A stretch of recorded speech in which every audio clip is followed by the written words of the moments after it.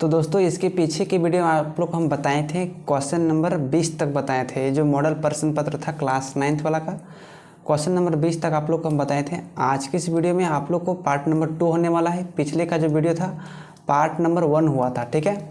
आज का जो वीडियो है पार्ट नंबर 2 होने वाला है। तो चलिए हम लोग बिना देर किए चलिए शुरू करते हैं पार्ट नंबर 2 के। आज का जो वीडियो होगा क्वेश्चन नंबर 2 से शुरू, यानी क्वेश्चन नंबर 20 से शुरू होगा, ठीक है। तो 20 नंबर तक कंप्लीट किए थे, 21 से हम लोग क्वेश्चन नंबर शुरू करेंगे। तो हम यहाँ क्वेश्चन को ध्यान से पढ़ते हैं, उसके बाद सॉल्व भी करते हैं। देखिए आप लोग कलम कॉपी लेकर साथ में बैठ जाइएगा, ठीक ना। देखिए कहा है कि त्रिभुज ABC में कोण A बराबर 70 डिग्री है। तो सबसे पहले कीजिएगा क्या, आप लोग एक त्रिभुज को छाप लीजिएगा, त्रिभुज ABC। तो यहाँ हम त्रिभुज को छाप लिए हैं ABC। आपको हम बता रहे हैं कोण A का मान 70 डिग्री है। कोण A का मान कितना डिग्री है? 70 डिग्री है, ठीक है। कोण B का मान 50 डिग्री है, तो कोण B का मान 50 डिग्री। और कोण C का मान 60 डिग्री। कोण C का मान क्या है? 60 डिग्री। तो कोण संयुक्त है। अब इसमें पूछा है कि कौन वाला संयुक्त है, कि जो AB जो है बड़ा है BC से, AB बड़ा है BC से। तो AB कौन वाला है? AB भुजा मेरा ये वाला है। AB भुजा किससे बड़ी है? BC से। तो जांच करो AB का समूह कौन कौन है? तो AB का समूह कौन कितना है? 60 डिग्री, ठीक है। AB का समूह कौन यहाँ पर 60 डिग्री, ठीक है। उसके बाद यहाँ BC का समूह कौन कौन है? ये BC का समूह कौन? 70 डिग्री। देखिए कितना है? 70 डिग्री। तो ये तो बात गलत है, क्योंकि 60 बड़ा नहीं होगा 70 से, यानी ये ऑप्शन आपका कट जाएगा। दूसरा ऑप्शन देखिए AC कौन है? ये वाला आपका है, ये AC है। AC का समूह कौन कौन हो जाएगा? ये 50 हो जाएगा। AC का समूह कौन कौन हो जाएगा? 50। यहाँ रखते हैं 50 बड़ा। BC का समूह कौन कौन हो जाएगा? 70। तो यहाँ रखेंगे 70। क्या 50 बड़ा है 70 से? नहीं, ये वाला ऑप्शन भी आपका क्या हो जाएगा? कट जाएगा। तीसरा नंबर देखिए BC बड़ा AB एवं AC से। तो BC का समूह कौन क्या हो जाएगा? BC का समूह कौन हो जाएगा? 70 डिग्री। तो यहाँ 70 डिग्री। अब AB का समूह कौन क्या हो जाएगा? 60। तो यहाँ रखेंगे 60 एवं AC का समूह कौन कितना हो जाएगा? 50। तो ये बात सही है। देखिए 70 डिग्री 60 डिग्री से भी बड़ा है और 50 डिग्री से बड़ा है, यानी BC जो है बड़ा है AB एवं AC से। तो आपका ये राइट आंसर हो जाएगा, ऑप्शन नंबर C हो जाएगा, ठीक है। उम्मीद करता हूँ आप लोग समझ गए होंगे। आप समूह कोण को पकड़ना सीख जाएंगे तो इसको आप सक जाएंगे। तो चलिए अब हम लोग चलते हैं 22वां नंबर क्वेश्चन को हम लोग देखते हैं। 22वां नंबर के क्वेश्चन में कहा है कि समांतर चतुर्भुज ABCD में कोणों C तथा D का योगफल होगा। आप समांतर चतुर्भुज सबसे पहले छापिए, ये मान लेते हैं समांतर चतुर्भुज। अब इसका आप लोग ABCD नाम दे दीजिएगा, ठीक है। लगातार नाम दीजिएगा ABCD। अब पूछा है कि C तथा D का योगफल पूछा है, योगफल। तो C कौन है? तो भैया C ये वाला है C। और D कौन है? तो D ये वाला है। तो देखिए ये दोनों समांतर रेखा बना रहा है, ये BC और AD, और ये तिर्यक रेखा है। तो ये एक ही ओर के क्या हो जाएगा? अंतःकोण। और एक ही ओर के अंतःकोणों का योगफल कितना होता है? यानी C और D का योगफल कितना हो जाएगा? 180 डिग्री हो जाएगा। कितना हो जाएगा? 180 डिग्री। तो 180 डिग्री आपका ऑप्शन नंबर 3 नंबर में है। तो 3 नंबर आपका राइट आंसर हो जाएगा, ठीक है। अब नेक्स्ट क्वेश्चन देखते हैं 22वां नंबर क्वेश्चन। 23वां नंबर क्वेश्चन होगा। 23वां नंबर के क्वेश्चन में क्या क्या है? चतुर्भुज के विकर्ण परस्पर क्या होते हैं? समचतुर्भुज के विकर्ण। यहाँ पर क्या कहा गया है? समचतुर्भुज। तो समचतुर्भुज कौन सा चतुर्भुज होता है? जिसकी चारों भुजाएं बराबर होता है परंतु कोई कोण 90 डिग्री नहीं होता है, उसे हम लोग कहते हैं समचतुर्भुज। चारों भुजाएं बराबर होगा, ठीक ना, लेकिन एक को कोण 90 डिग्री होगा नहीं, उसे समचतुर्भुज। तो इसका जो विकर्ण होता है, विकर्ण, तो विकर्ण परस्पर लंब समद्विभाजक करते हैं। जो विकर्ण जो होते हैं ना परस्पर लंब समद्विभाजक, मतलब यहाँ 90 डिग्री का कोण बनाता है विकर्ण में। कितना बनाता है? 90 डिग्री का कोण, यानी लंब समद्विभाजक होते हैं, लंब समद्विभाजक। तो यहाँ ऑप्शन में दिया है लंब और समद्विभाजक नहीं दिया है, तो यानी ऑप्शन नंबर यही वाला हो जाएगा, लंब होगा, ठीक ना। परस्पर क्या होते हैं? लंब होते हैं। तो ऑप्शन नंबर 3 नंबर आपका राइट आंसर हो जाएगा 23 नंबर का, ठीक है। नेक्स्ट देखते हैं 24 नंबर का क्वेश्चन। इसमें कहा गया कि समांतर चतुर्भुज का क्षेत्रफल होगा। देखिए समांतर चतुर्भुज का क्षेत्रफल आपको याद होना चाहिए कि इसका होता है आधार गुनी ऊंचाई। समांतर चतुर्भुज का क्षेत्रफल होता है। तो भैया इसमें आधार कौन है? आधार हो जाएगा आपका DC। आधार कौन हो जाएगा? DC गुना ऊंचाई। तो ऊंचाई आपका क्या हो जाएगा? AB। ध्यान से देखिए यहाँ से यहाँ ये वाला AB हो जाएगा, सीधा सीधे AB। तो यहाँ दे देंगे AB। तो डी सी गुना ए बी किस में है, डी सी गुना A B, sorry A B नहीं, यहाँ पर ए ई है, माफ़ कीजिएगा, यहाँ पर ए ई है, ठीक ना। तो यहाँ क्या रखेंगे, ए ई रखेंगे, तो यहाँ रख दीजिए ए ई है। देखिए ये वाला ए ई है, माफ़ कीजिए, ठीक ना, ए ई वाला ऊंचाई। तो डी सी गुना ए ई, तो डी सी गुना ए ई कौन सा ऑप्शन में है, डी सी गुना ए ई, देखिए इसमें ऑप्शन नंबर 3 में है, 3 नहीं होगा 4 होगा यहाँ पर, ऑप्शन नंबर क्या होगा, 4 होगा। तो 4 नंबर आपका सही आंसर हो जाएगा, ठीक है। अब नेक्स्ट क्वेश्चन देखते हैं हम लोग, 25वां नंबर क्वेश्चन, इसको मिटा देते हैं। 25वां नंबर के क्वेश्चन थोड़ा आसान है। इसमें कहा गया है क्या कि एक चतुर्भुज के भुजाओं के मध्य बिंदुओं को क्रमशः मिलाने पर चतुर्भुज क्या बनता है। तो कोई भी चतुर्भुज है, ठीक ना, उसके जब मध्य बिंदुओं को जब बनाएंगे ना, मध्य बिंदुओं को, देखिए ये हो गया मध्य बिंदु, एक चतुर्भुज नाम था ए बी सी डी, ठीक है। अब इसका मध्य बिंदु, तो ए डी का मध्य बिंदु यहाँ मान लिया पी, और ए बी का मध्य बिंदु मान लिए क्यू, बी सी का मध्य बिंदु मान लिए आर, और डी सी का मध्य बिंदु मान लिए एस। तो मध्य बिंदुओं से बना चतुर्भुज क्या होता है, ये हमेशा समचतुर्भुज होता है। क्या होता है, समचतुर्भुज होता है। तो इसे आप याद रखिएगा, ऑप्शन नंबर क्या हो जाएगा, 3 हो जाएगा, ठीक है। अब हम लोग देखते हैं next question. Next question 26 number है कि संपूर्ण वृत्त की लंबाई को कहते हैं। तो संपूर्ण वृत्त की लंबाई, जैसे आपका ये आपका वृत्त हो गया, ठीक है। तो ये हम यहाँ से लेकर, जैसे यहाँ से लेकर यहाँ तक चारों तरफ की, इसको क्या बोलेंगे, यदि इसको हम खोल देंगे, इसको खोल देंगे तो ये लंबाई हो जाएगा। तो इसे हम लोग क्या बोलते हैं, इसे हम लोग परिधि बोलते हैं। क्या बोलते हैं, परिधि बोलते हैं, ठीक है। क्या बोलते हैं, परिधि। ऑप्शन नंबर 1 आपका राइट आंसर हो जाएगा। व्यास नहीं बोलते हैं, व्यास ये क्या होता है, केंद्र से होते हुए जाता है ये वाला रेखा, इसे हम लोग व्यास बोलते हैं। चाप क्या होता है, चाप एक थोड़ा होता है, परिधि को ही चाप कहते हैं, परिधि के टुकड़े क्या कहते हैं, चाप, लेकिन जब इसका टुकड़ा करेंगे तब होता है।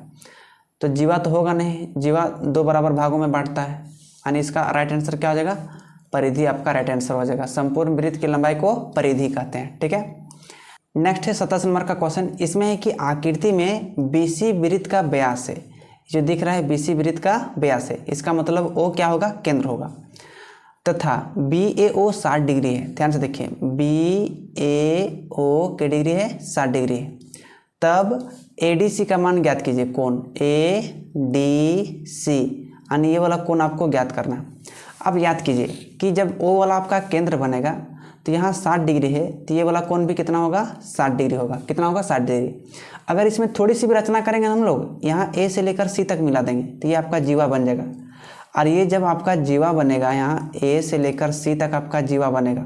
अब देखिए यहाँ पर कोण बन रहा है, यहाँ से आपका नाम दे दिया है बी और मिला दिया है सी के साथ, और यहाँ से नाम दे दिया आपका डी, इसको मिला दिया है ए के साथ, ए के साथ। तो ये वाला 60 डिग्री निकल गया। ऐसा क्या है, क्योंकि ये 60 डिग्री है तो ये भी 60 डिग्री होगा, क्योंकि यहाँ बीच में ओ बिंदु था, बीच में क्या था, ओ बिंदु था, ठीक ना। तो ये समद्विबाहु त्रिभुज बना दिया। समद्विबाहु त्रिभुज के बराबर भुजा के समूह कोण बराबर होते हैं, तो बराबर कोण के समूह कोण भी बराबर होंगे, समूह भुजा बराबर होंगे, तो ये 60 डिग्री। और ये आपका बन गया आपका जीवा, तो एक ही वृत्तखंड के कोण बराबर होते हैं, तो इसलिए कितना हो जाएगा, 60 डिग्री आपका ये राइट आंसर हो जाएगा। शॉर्टकट में इसको थोड़ा सा रचना कर देंगे तो निकल जाएगा। अब क्लास 9th वाला 10 चैप्टर पढ़ेंगे तो आपको थोड़ा थोड़ा याद होगा परिमेय में, ठीक है ना। नेक्स्ट देखते हैं 28 नंबर का क्वेश्चन। इसमें कहा गया है कि आकृति ए ओ बी 60 डिग्री है, तो ए सी बी का मान ज्ञात कीजिए। ऐसा क्वेश्चन सबसे आसान क्वेश्चन है, और ये आपका एकदम VVI क्वेश्चन है, एकदम मॉडल ऐसी टाइप का क्वेश्चन आपके एग्जाम में पूछेगा। देखिए इसमें ए सी बी कौन है, ए सी बी। अब देखने में आपको पता चल रहा है कि भैया केंद्र में बड़का जबर कोण बन रहा है, और यहाँ परिधि वाला छोटा कोण बन रहा है। तो यहाँ परिधि में छोटा होगा मान, और यहाँ केंद्र में बड़ा होगा। तो अगर केंद्र में 60 है तो इसका आधा यहाँ पर होता है परिधि वाला, तो ये हो जाएगा आपका 30। अच्छा, इसका मतलब ये हुआ, अगर इस तरह से आपका बना है परिधि पर कोण, ठीक है, और ये वाला केंद्र पर, अगर यहाँ पर बनेगा 120 डिग्री, तो यहाँ परिधि पर कितना बनेगा, 60 बनेगा, उसका आधा बनेगा। ये हमेशा याद रखिएगा। यहाँ 60 है तो केंद्र पर कितना बनेगा, 30 बनेगा, जो कि आपका ऑप्शन नंबर कितना होगा, 3 नंबर आपका सही आंसर हो जाएगा। 28 नंबर का 3 नंबर। नेक्स्ट क्वेश्चन देखते हैं हम लोग 29वां नंबर का। बस इसमें 29वां नंबर के क्वेश्चन में कहा है कि स्केल एवं कंपास प्रकार की सहायता से कोण रचना संभव नहीं है। देखिए इस क्वेश्चन को सबसे पहले तो आप रिजेक्ट कीजिए, क्योंकि न्यू एनसीईआरटी किताब के अनुसार ये जो आपका क्वेश्चन नहीं है, ये आपका चैप्टर ही क्लोज कर दिया गया, ठीक ना। आप कंपास की सहायता से आप ऐसे याद रखेंगे कि 33 डिग्री की जो कोण होता है हम लोग कंपास की सहायता से नहीं बना सकते हैं। 45 डिग्री को हम लोग बना सकते हैं, 90 का आधा काटते हैं तो 45 बन जाता है, तो कंपास की सहायता से ये बन जाता है। 30 डिग्री भी बन जाता है कंपास की सहायता से, 60 का आधा करते हैं तो कितना बन जाता है, 30 डिग्री बन जाता है। तो पूछ रहा है कि कोण रचना संभव नहीं है, तो 33 डिग्री की रचना संभव नहीं है प्रकार की सहायता से, ठीक है, प्रकार की सहायता से। उम्मीद करता हूँ इस क्वेश्चन को भी समझ गए होंगे। अब हम लोग चलते हैं 30वां प्रश्न की ओर। 30वां प्रश्न में है कि एक समबाहु त्रिभुज का परिमाप 30 सेंटीमीटर है, तो त्रिभुज की एक भुजा क्या होगी। देखिए एक समबाहु त्रिभुज है, समबाहु त्रिभुज का मतलब जिसकी तीनों भुजा बराबर होती है। तो मान लेते हैं कि ABC एक समबाहु त्रिभुज है। अब इसका परिमाप दे दिया, समबाहु त्रिभुज का परिमाप दे दिया गया। तो समबाहु त्रिभुज का परिमाप क्या होता है, समबाहु त्रिभुज का परिमाप दिया है 30 और समबाहु त्रिभुज का परिमाप होता है 3 गुना भुजा, 3 गुना भुजा। तो यहाँ भुजा का मान निकालिए, ए मतलब होता है भुजा, ठीक ना। तो यहाँ 3 यहाँ गुना इधर आके भागा, काटेंगे कितना निकल जाएगा 10, यानी इसका प्रत्येक भुजा का मान कितना हो जाएगा 10। तो आपका 10 कौन सा ऑप्शन में है, तो ऑप्शन नंबर 1 नंबर में, तो 1 नंबर आपका सही आंसर हो जाएगा। ऐसे भी आप समबाहु त्रिभुज का परिमाप आपको मुँह में अगर याद होगा तो क्या कीजिएगा, उसको 3 से भाग दे दीजिएगा, क्योंकि समबाहु त्रिभुज में 3 को भुजा होता है। तो 3 से भाग दे दो, तो 3 को 30 से भाग देंगे ना, सॉरी 30 को 3 से भाग देंगे तो 10 बार में कटेगा, तो 10 आपका राइट आंसर हो जाएगा, ठीक है। अब हम लोग बढ़ते हैं 31वां क्वेश्चन। 31वां क्वेश्चन में कि एक समबाहु त्रिभुज की भुजाएं 56, 60, 52 लंबाइयों की है, तब त्रिभुज का क्षेत्रफल ज्ञात कीजिए। देखिए ये क्वेश्चन थोड़ा सा लॉन्ग बनेगा, क्योंकि त्रिभुज का क्षेत्रफल आप याद कीजिए 10 चैप्टर में आप लोग पढ़े होंगे। इसमें सबसे पहले तीनों भुजा दिया है, मतलब विषमबाहु त्रिभुज होगा, अलग अलग त्रिभुज है। तो विषमबाहु त्रिभुज के लिए सबसे पहले S का मान निकालना पड़ेगा, A + B + C बटे 2। तो A का मान हम कितना मान लेंगे 56, और B का मान 60, और C का मान 52, और बटे 2 का 2 जोड़िए इसका 6 0 6 2 8 का 8, 5 6 11 5 16, 168 को 2 से काटेंगे तो 2 8 16, 2 चौक 8, 84 निकल गया। अब हेरोन के सूत्र से इसका क्षेत्रफल निकालना पड़ेगा, √S × S - A × S - B × S - C वाला फार्मूला सबको निकालना पड़ेगा, ठीक ना। तो यहाँ से इसका मान आप लोग पुटिंग कीजिएगा, S × S - A × S - B × S - C। इसका मान को पुटिंग करेंगे ना तो आपका आंसर आ जाएगा, और जो इसका आंसर आएगा शायद 1344 आपका आंसर आएगा, ठीक ना। तो बढ़िया से इसे हल कीजिएगा और कमेंट बॉक्स में आप लोग कमेंट जरूर कीजिएगा। चलिए अब S का मान निकाल दें, इसके बाद आंसर आप लोग निकाल के कमेंट कीजिएगा, ठीक ना। अब हम लोग चलते हैं 32 नंबर क्वेश्चन। 32 नंबर क्वेश्चन थोड़ा आसान है, अगर आपको फार्मूला याद है तो इस सब क्वेश्चन ही आसान आपको लगेगा। इसमें क्या है कि घन की भुजा 10 सेंटीमीटर है। अच्छा घन क्या होता है, घन में सभी भुजाएं क्या होती है, बराबर होती है। घन की सभी भुजाएं क्या होती है, बराबर होती है।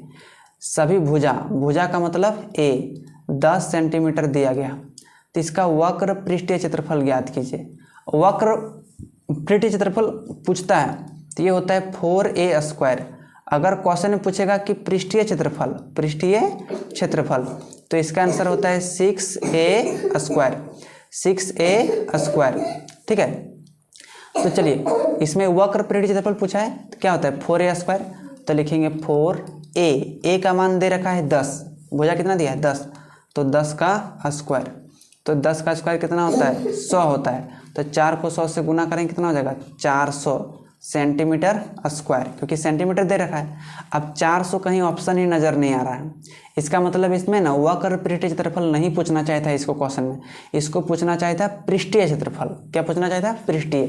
पृष्ठीय पूछता तो उसका फॉर्मूला होता है 6A², और A का मान 10 बैठाते हैं तो 10 का स्क्वायर हो जाता है 100, और इसको 6 के साथ गुना करते हैं तो हो जाता है 600, तब आपका ऑप्शन हो जाता है 2 नंबर। लेकिन इसमें पूछा है वक्र और ऑप्शन उस हिसाब से दिया नहीं है, तो इसे कोई दिक्कत नहीं है। आप लोग आंसर हम बता दें कि 400 सेंटीमीटर स्क्वायर आंसर होगा, तब इसे याद रखिएगा, ठीक है।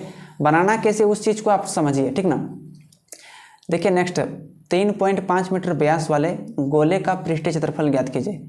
इसमें व्यास का मान कितना दिया है 3.5। देखिए हल कैसे करेंगे, ठीक है, इसको हल कर देंगे। तो सबसे पहले त्रिज्या निकालिए, तो त्रिज्या बराबर क्या होता है 82/2, तो 3.5/2 हो गया। अब इसका पूछा है गोले का पृष्ठीय क्षेत्रफल, तो यहाँ गोले का पृष्ठीय क्षेत्रफल क्या होता है, तो लिखेंगे गोले का पृष्ठीय क्षेत्रफल 4 पाई आर स्क्वायर। ठीक है, तो 4 का 4, पाई का मान 22/7 और आर का मान अभी हम लोग निकालें 3.5/2, 3.5/2। अब आर पर स्क्वायर है, तो इसका मतलब इसको हम लोग 2 बार लिखेंगे, 3.5/2, 3.5/2 इसको 2 बार लिखेंगे क्योंकि स्क्वायर है। देखिए 7 से काटेंगे तो ये 5 बार में कटेगा, 7 × 5 = 35, एक अंक के बाद पॉइंट रहेगा, कट गया, इसको कट गया, 2 एकम 2, 2 दूनी 4, फिर 2 एकम 2, 2 एकम 2। अब इसको गुना करो 22 और यहाँ पर बच गया 0.5 और गुना बच गया यहाँ पर 3.5। गुना कीजिए 22 × 5 = 110, माने 11.0 आ गया और गुना 3.5। तो इसमें 11 को पकड़िए क्योंकि पॉइंट के बाद 0 नहीं होता है, तो 11 × 5 = 55 के 5, 11 × 33 और 5, 33 और 5 कितना हो जाएगा 38, एक अंक के बाद पॉइंट, तो एक अंक के बाद पॉइंट। देखिए ये पॉइंट के बाद 0 नहीं होता है, इसको हटा देंगे, 38.5 आ गया। अब इसमें मीटर था तो मीटर स्क्वायर आपका आंसर हो जाएगा। तो 38.5 आपका ऑप्शन किस में है भैया, ऑप्शन है 2 नंबर में, तो 2 नंबर आपका सही आंसर हो जाएगा। तो फार्मूला आप लोग याद रखने के साथ साथ आपको हल करने भी आना चाहिए, ठीक ना, तभी आप एग्जाम में अच्छे मार्क्स ला पाएंगे, नहीं तो नहीं ला पाएंगे। देखिए 34 नंबर क्वेश्चन में, एक अर्धगोले की त्रिज्या r है तो आयतन ज्ञात कीजिए। अर्धगोले का आयतन क्या होता है, 2/3 पाई r³। r का मान r दिया है, तो 2/3 पाई r³ कौन सा ऑप्शन में है, तो 2/3 पाई r³ आपका है ऑप्शन नंबर 2 नंबर में, तो 2 नंबर आपका राइट आंसर हो जाएगा। ठीक है, नेक्स्ट देखते हैं हम लोग 34 नंबर का क्वेश्चन हो गया। अब हम लोग 35 नंबर के क्वेश्चन में देखते हैं। इसमें कहा कि घन की एक भुजा 10 सेंटीमीटर है तो घन का आयतन ज्ञात कीजिए। तो भैया घन का आयतन का फॉर्मूला क्या होता है, a³ माने भुजा क्यूब, और a का मान कितना दे रखा है भैया 10, तो यहाँ करेंगे 10 का क्यूब। 10 का क्यूब माने 10 को 3 बार लिखेंगे। ठीक है, तो इसको गुना करेंगे तो कितना आएगा 1000। अब यहाँ सेंटीमीटर है भैया, तो यहाँ सेंटीमीटर क्यूब देंगे क्योंकि हम लोग आयतन निकाल रहे हैं। आयतन के लिए हम लोग क्यूब का प्रयोग करते हैं और क्षेत्रफल के लिए हम लोग स्क्वायर, मीटर स्क्वायर का प्रयोग करते हैं। तो 1000 किस में है, 4 नंबर ऑप्शन में है, तो 4 नंबर ऑप्शन में ताला किया जाए। D4 क्या होता है, डॉग होता है ना। तो चलिए अब 34 नंबर का क्वेश्चन हो गया, 35 नंबर का क्वेश्चन हो गया। अब हम लोग देखते हैं 36वां नंबर क्वेश्चन। इसमें क्वेश्चन में कहा गया है कि एक घनाभ जिसकी लंबाई 20 सेंटीमीटर और चौड़ाई दिया है 15 सेंटीमीटर और ऊंचाई दिया है 10 सेंटीमीटर का पार्श्व पृष्ठीय क्षेत्रफल। तो घनाभ का पार्श्व पृष्ठीय क्षेत्रफल क्या होता है, तो घनाभ का पार्श्व पृष्ठीय क्षेत्रफल होता है 2 × L + B × H। पार्श्व मतलब चारों दीवारों का क्षेत्रफल, ये घनाभ का होता है। तो 2 का 2 रखेंगे, L का मान 20 दिया है तो यहाँ पर रखेंगे 20, प्लस B का मान 15 दिया है तो यहाँ रखेंगे 15, गुना H का मान ऊंचाई 10 दिया है तो रखेंगे 10। पहले बोडमास के नियम से 20 और 15 को जोड़ेंगे तो हो जाएगा आपका 35 और गुना 10। 35 को 2 से गुना करेंगे 70 और 70 को 10 से गुना करेंगे तो आपका आएगा 70×700 सेंटीमीटर है, तो सेंटीमीटर स्क्वायर, क्योंकि यहाँ पर क्षेत्रफल पूछा है तो 700 सेंटीमीटर स्क्वायर आपका 1 नंबर ऑप्शन है, तो 1 नंबर ऑप्शन आपका सही आंसर हो जाएगा। ठीक है, नेक्स्ट क्वेश्चन हम लोग देखते हैं। आप 37वां प्रश्न आप हम लोग देखेंगे। 37वां प्रश्न में कहा गया है कि आंकड़े 0, 5, 9, 3, 12, 15, 6, 7, 8 का परिसर है। अब देखिए परिसर होता क्या है, परिसर का फॉर्मूला होता है उच्च सीमा माइनस निम्न सीमा, इसे याद रखिएगा। ठीक है, परिसर का फॉर्मूला आता है उच्च सीमा माइनस निम्न सीमा। उच्च सीमा मतलब जो सबसे बड़ा है, तो सबसे बड़ा भैया देखेंगे 15 है, तो उच्च सीमा सबसे बड़ा 15 हो जाएगा। माइनस निम्न सीमा, तो सबसे छोटा वाला बोलते हैं निम्न सीमा, तो ये है 0, तो 0 रख दिए। 15 में 0 घटाएंगे तो कितना बचेगा, 15 बचेगा, तो इसका परिसर कितना हो गया 15, जो कि ऑप्शन नंबर 2 में है। ठीक है, नेक्स्ट क्वेश्चन देखते हैं अब हम लोग 38वां क्वेश्चन। 38वां क्वेश्चन में बड़ी आसान क्वेश्चन है। कहा गया है कि वर्ग अंतराल 0 से 10 की निम्न सीमा क्या होगा। क्या पूछा है, 0 से 10 की इसमें निम्न सीमा पूछा है। तो देखिए शुरू वाला का हम लोग बोलते हैं निम्न सीमा, इसे याद रखिएगा, और बाद वाला को बोलते हैं हम लोग उच्च सीमा, तो इसे भी याद रखिएगा। तो निम्न सीमा कितना हो जाएगा भैया 0, तो ऑप्शन नंबर 1 आपका राइट आंसर हो जाएगा। अगर यहीं पर पूछता कि उच्च सीमा बताइए तो उच्च सीमा आपका 10 हो जाता। तो इस चीज़ें को ध्यान रखना है, नहीं तो आपके एग्जाम में थोड़ा सा गलती, आपको लापरवाही, आपका नंबर कट सकता है। ठीक है, 39वां प्रश्न हम लोग देखते हैं। 39वां प्रश्न में है कि आंकड़े 29, 32 और 48, 50, 72, 78, 84 का माध्यक ज्ञात कीजिए। अब माध्यक ज्ञात करने के लिए 2 उपाय। पहला कि आंकड़ा में या तो विषम संख्या दिया गया है या आंकड़ा में सम संख्या दिया गया है। क्या दिया गया? विषम संख्या के लिए फॉर्मूला होता है n+1/2वां पद, n+1/2वां पद। अब उसके बाद सम संख्या के लिए फॉर्मूला होता है n/2 + 1वां पद, 1वां पद, ये होता है फॉर्मूला। तो क्वेश्चन में देखिए 1 2 3 4 5 6 7 विषम संख्या दिया है, मतलब ऊपर वाला फॉर्मूला लगेगा। कौन वाला? n+1/2 वाला फॉर्मूला लगेगा। तो चलिए उसी फार्मूला का उपयोग करेंगे, लेकिन सबसे पहले इसे हम लोग क्या करेंगे, आरोही क्रम में हम लोग सजा लेंगे। जब भी माध्यम पूछता है तो इसे हम लोग आरोही क्रम में सबसे पहले सजाते हैं। आरोही क्रम मतलब क्या होता है? सबसे छोटा वाला पहले 29, 32, 48, 50, 72, 78, 84 पहले से आरोही क्रम में सजा दिया गया है। इसको ध्यान से देखेंगे तो इसे आरोही क्रम में सजा दिया गया है, तो हमें सजाने की ज़रूरत नहीं है। तो सीधा निकालते हैं फार्मूला से n+1/2वां पद, 2वां पद को हम लोग TH लिख सकते हैं। ठीक है, n का मात्रा के गो है? 7 गो है, तो 7 रखेंगे, +1 का 1/2वां पद, तो 7 और 1 जोड़ेंगे कितना हो जाएगा? 8, 8/2वां पद। अब 2वां पद जो है, अब इसको काटेंगे तो 2 चौक 8, तो 4वां पद आपका आंसर हो जाएगा। तो 4वां पद माने चौथा पद, तो पहला, दूसरा, तीसरा, चौथा, तो चौथा पद में है 50, तो 50 आपका माध्यक हो जाएगा। इस चीज़ को हमेशा ध्यान रखिएगा। एग्जाम में कभी कभी ये आरोही क्रम में सजाया हुआ नहीं रहता है, तो आपको सजा लेना है, ठीक ना, तब आप टिक मारिएगा। विषम संख्या है तो विषम संख्या का फॉर्मूला लिखिएगा, सम संख्या है तो सम संख्या का फॉर्मूला लिख लीजिएगा। ठीक है, तब ये आप एग्जाम में बना पाएंगे। आज का लास्ट क्वेश्चन है 40वां नंबर क्वेश्चन। उसके बाद हम लोग नेक्स्ट वीडियो में पार्ट नंबर 3 देखेंगे, जो सेट नंबर 2 होगा। इसमें कहा है कि एक सिक्के को 1000 बार उछालने पर चित यानी 500 बार प्राप्त होती है, तो चित की प्रयोक्ता ज्ञात कीजिए। इसमें देखिए चित का मतलब क्या होता है? पट का मतलब होता है टेल और चित का मतलब होता है हेड। ठीक है, 500 बार प्राप्त हुआ। कैसे बार? 500 बार। एक सिक्के को 1000 बार उछाला, तो टोटल परिणाम को हम लोग नीचे रखते हैं। ठीक है, और जो अनुकूल परिणाम होता है 500 बार है, उसको ऊपर रखेंगे। इसको काटेंगे तो 2 बार में कटेगा, 500 एकम 500, 500 दूना 1000, तो 1/2 आया, जो कि ऑप्शन नंबर कितना है? 1 में। ठीक है, तो जो 40 को प्रश्न था, 40 प्रश्न आपका ख़त्म हो गया। नेक्स्ट वीडियो में आप लोग को हम बताएंगे, इसका सेट नंबर 2 बताएंगे। ठीक है, तो उम्मीद करता हूँ कि इसमें बताए गए 20 प्रश्न, और जो पिछली वीडियो में आप लोग बताए थे 20 प्रश्न, सेट नंबर 1 पूरा कंप्लीट हो गया। ठीक है, अब नेक्स्ट सेट नंबर 2 को हम लोग कल देखेंगे। तब तक अगर वीडियो आपको अच्छा लगा तो एक लाइक कर दीजिएगा और अपने दोस्तों के पास भी शेयर कीजिएगा, ताकि एग्ज़ाम में अच्छे से अच्छे मार्क्स आ सके। बहुत बहुत धन्यवाद पूरी वीडियो देखने के लिए।